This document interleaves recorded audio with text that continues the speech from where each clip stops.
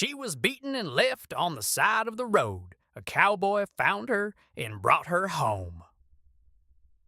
The wind came low across the plain like something alive, dragging dust, dry grass, and the smell of iron out of the earth. A dead sun hung over the horizon, swollen and red as if it had been struck and never healed. The road was not much more than a scar through the desert. Wagon ruts hardened into bone, stones half buried like broken teeth. He saw her before he heard anything at all, a shape near the ditch. Still, wrong in the way stillness can sometimes mean not rest, but surrender. The cowboy reined in his horse without a word. The leather creaked under his hand. The animal snorted once, uneasy, stamping dust. He did not hurry. Men who hurry out here usually make mistakes. He dismounted slow, boots pressing into the earth. Each step closer revealed more of her, barely more than a girl, hair matted with dirt, dress torn at the shoulder and darkened at the hem where blood had dried into cloth. Her face was turned slightly away, as if even unconscious she had chosen not to look at the road anymore. Hell, he muttered, not as a curse but as recognition. He crouched. For a long moment he didn't touch her. The wind moved through the sagebrush. Somewhere far off, a crow called like it was laughing at something only it understood. Then he reached out, 2 fingers first to her throat, a pulse. Faint, but there. He exhaled slowly as if he had been holding his breath for years and just now remembered how to let it go. All right, he said softly.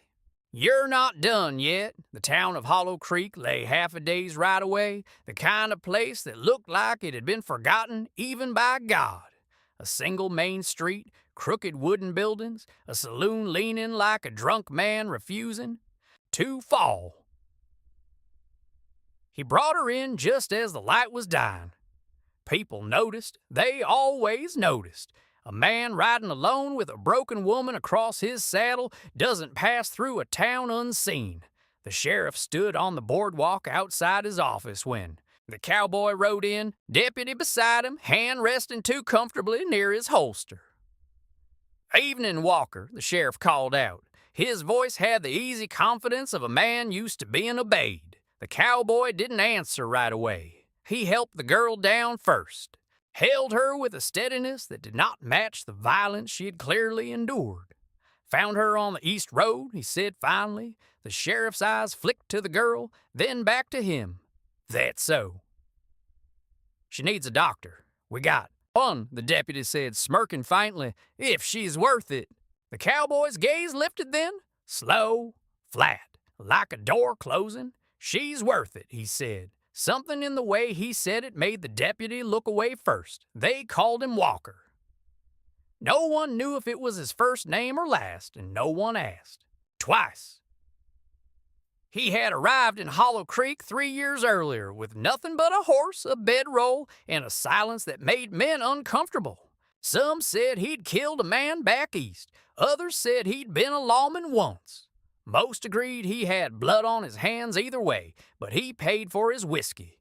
He broke up fights before they became funerals, and he never stayed long in one place, unless he had to. He brought her to the small room behind the clinic, where the doctor's wife worked as nurse when she wasn't burying patients. The woman, Mary Ellen, took one look at the girl and went pale. They did this to her. She whispered. Walker didn't answer. He just set her down gently on the cot, as if she were made of something breakable that he didn't have the right to ruin further. Name? Mary Ellen asked. He hesitated. The girl's lips parted slightly, but no sound came. Walker looked at her for a long moment. Don't know yet, he said. That night, the town did not sleep easy. Word traveled fast in Hollow Creek. A girl had been found. A cowboy had brought her in, and the sheriff had asked too many questions too carefully. At the end of the saloon bar, men spoke in low voices. She was marked, one said. Auction girl, from up north, freighted through like cattle. Another spat into a bucket. Sheriff's been taking cuts off that trade for months. A silence followed that carried weight. Then someone said, Walker don't like that sort of thing. and no one laughed. She woke 3 days later. The room was dim, light filtered through dirty glass. Outside, horses shifted and breathed and lived their ordinary lives. Inside, everything was fragile. Walker was there when her eyes opened, sitting in a chair by the wall, hat in his hands like he was waiting for judgment. Her eyes found him and didn't move away. For a long time, neither spoke. Then she tried to sit up and winced, breath catching. "Don't," he said quietly. Her voice came rough, barely more than air. "Why?" He didn't pretend not to understand. "Found you on the road." A pause. "Why?" she asked again. This time he answered after a long silence. "Because you were still alive." Something flickered in her expression then. Not trust. Not yet. But recognition. As if she had expected the world to leave her there, and it had. Until it hadn't. Her name was Clara. It came out slowly, like something she had forgotten how to carry. Clara did not speak much after that. She watched instead. Watched. The way Walker moved, careful, precise, like a man used to measuring consequences before action. Watched the way he never lingered too long in the doorways. Watched how the townsfolk looked at him when they thought he wasn't paying attention, and she watched the sheriff, because the sheriff watched her back. On the 5th day, Walker came back from the livery to find Mary Ellen standing outside the clinic, arms crossed. "He's asking questions," she said. "Who?" "The sheriff." Walker didn't react outwardly, but something in his eyes went still. Inside, Clara sat by the window now, her bandaged hands folded in her lap. "He's coming," she said softly without turning. Walker stepped inside. "Who?" he asked. Clara finally looked at him directly.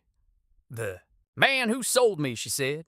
"He said I belong to the town now." Silence filled the room like smoke. Walker nodded once, slowly. Then he was wrong. The auction was announced 2 days later. A traveling broker. Legal papers stamped and signed. Recovered property redistribution, the sheriff called it. Men gathered early. The kind of men who didn't ask questions when something made them uncomfortable, because asking questions might force them to stop being who they were. Clara stood in the back room of the clinic, listening. Mary Ellen wanted to hide her. Walker shook his head. "They'll come here anyway," he said. Outside, the town was already gathering. The sun burned hard overhead. Dust rose with every step, every cough, every nervous shift of weight. Clara stepped into the street anyway. Walker followed. The sheriff stood near the front, smiling like a man watching a controlled fire. "Well now," he said, "look who decided to join us." Clara didn't look at him. She looked at the men, and then at the man who had once owned her name like property. Walker stepped forward. "You're done here," he said to the sheriff. The sheriff chuckled softly. "That's so." The air tightened. Hands shifted toward holsters, but Walker didn't move. Not yet. "You ever wonder," Walker said quietly, "what happens when a man decides he's been obedient long enough?" The sheriff's smile faded slightly. "You threatening me?" "No," Walker said. "I'm informing you." A shot cracked. Not from Walker, from the deputy. Chaos broke open like a dam. Clara dropped to her knees instinctively, hands over her head, breath torn between panic and memory. Walker moved. Not fast. Certain. 2 men fell before the sound of their guns finished echoing. The sheriff drew his weapon and stopped when he saw Walker already aiming. The silence that followed was heavier than gunfire. "You don't get to own people," Walker said. The sheriff's eyes flickered. Fear, then calculation, then something worse, defiance. "You think this changes anything?" He spat. Walker didn't answer. He just lowered the gun slightly and fired once. Afterward, there was no celebration, only dust settling, only breathing returning to bodies that had forgotten how to do it without permission. Clara stood slowly, trembling. Walker walked to her, stopped a few feet away, as if unsure whether closeness was still something the world allowed. "It's over," he said. She looked at him for a long time.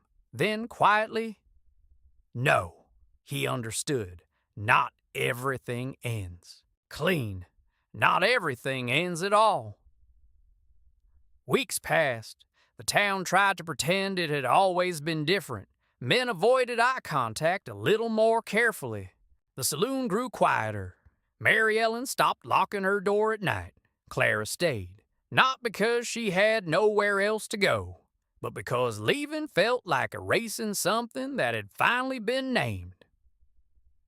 Walker repaired fences at the edge of town, fixed what needed fixing, broke what needed breaking. He never spoke of the shooting again. Neither did she.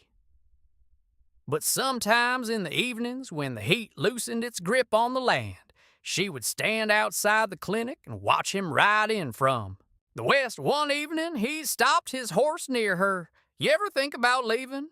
she asked. He looked toward the horizon. "I used to," he said. "And now?" A long pause. Then quietly, "Now I think I already did." She stepped closer, just slightly. Not enough to touch, but enough that the distance between them stopped. Feeling like an absence. The wind moved through the street, soft this time. Not violent, not empty. Walker looked at her, and for the first time since the road, since the blood, since the silence that had to find him, something in his expression eased. Not healing, but choosing. And in a world that had taken everything without asking, that was almost the same thing.